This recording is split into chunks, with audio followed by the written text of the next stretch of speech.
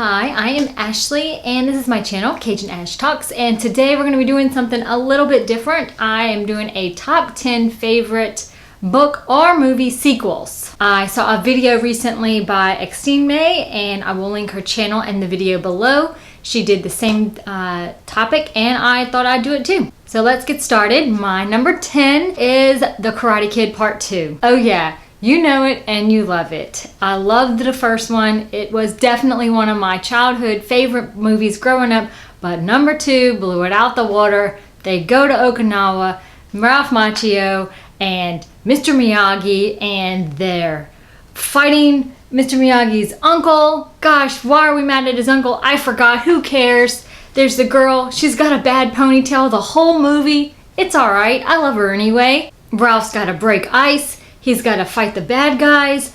And I mean, then they've got these Japanese drums that come out at the end, and you know the scene, and they do it, and then like it's some Japanese symbol that lets you fight karate and kick some karate butt. It's great. And then let's not forget Peter Cetera's best song. Is it his only song? Who knows? The Glory of Love. I mean, it just speaks to me. So yeah, as you can see, great movie.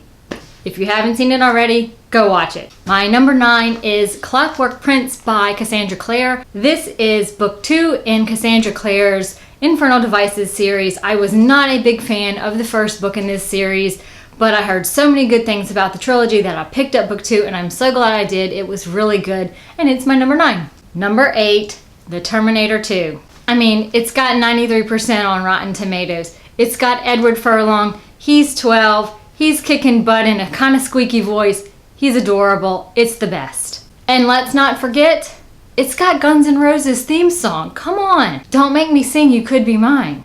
It's so good. I mean, it's got Axl Rose in some tighty-whitey shorts. I don't want to see Axl Rose today in tighty-whitey shorts, but 25 years ago, yeah, that'll work. Number 7 on my list is The Winter's Crime by Marie Wachowski. It is the second book in the Winter's Curse trilogy. I have talked about this a lot. It is one of my favorite trilogies, and this is a great follow-up book to the first book.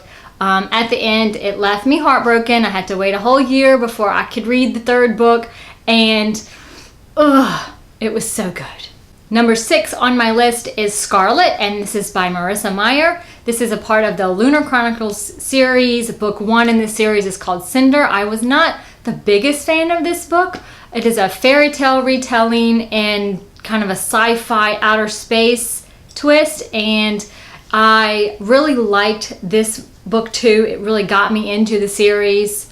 As the title suggests, it follows Scarlet, or Little Red Riding Hood, and Wolf. And really that's all you need to know. Wolf. Enough said. This actually is a really good series. It introduces you to new characters in every book, and it gives you a point of view from those characters, but you do not lose the characters that the first and second and third book started. So by the end of the series, the fourth book, you have tons of point of views and you love all of the characters. Coming in at number 5 is The Lord of the Rings, The Two Towers. And boy, does this movie have it all. I mean, it's got Orlando Bloom. He's an elf. It's got Viggo Mortensen. He's the human prince god guy. He's fabulous. And it's got blood, and it's got gore, and it's got swords and fighting and huge epic fight scenes, and it's got Gandalf the White. It's got it all. It's got the little guys that hang out with the trees. Oh yeah, the trees, they come and they kick butt at the end. This is a great follow-up to the first Lord of the Rings movie, but it's also a fabulous entire series. If you haven't seen it, what are you doing? Go watch it.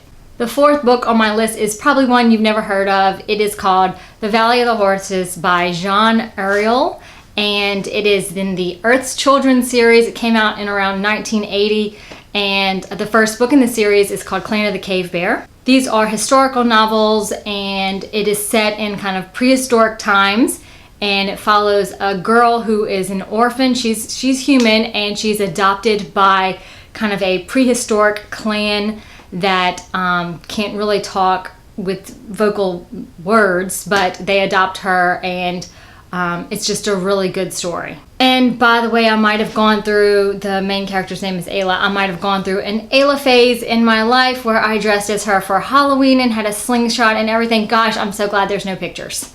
There's no pictures. Number 3 on my list is The Winter Rose by Jennifer Donnelly. This is an historical fiction novel. It is book 2. The first book in this series is called The Tea Rose. This is my favorite historical fiction series of all time. It is so good.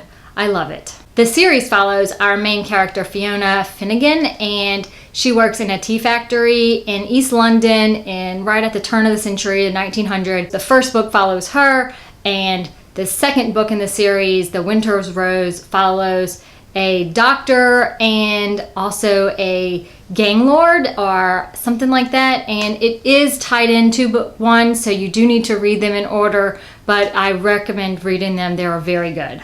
All right, we're at number 2 on my list, and of course, it is Grease 2. Duh! Michelle Pfeiffer is amazing. She's got not a pink jacket, she's a red jacket, and she sings this song about Cool Rider, and she's on the top of a ladder, and it's fabulous. The whole soundtrack in this movie is fabulous. I mean, who doesn't like the song Reproduction? You don't even need 10th grade biology. You have that song. And every time I go bowling, I've got to sing Let's Score Tonight. I mean, come on.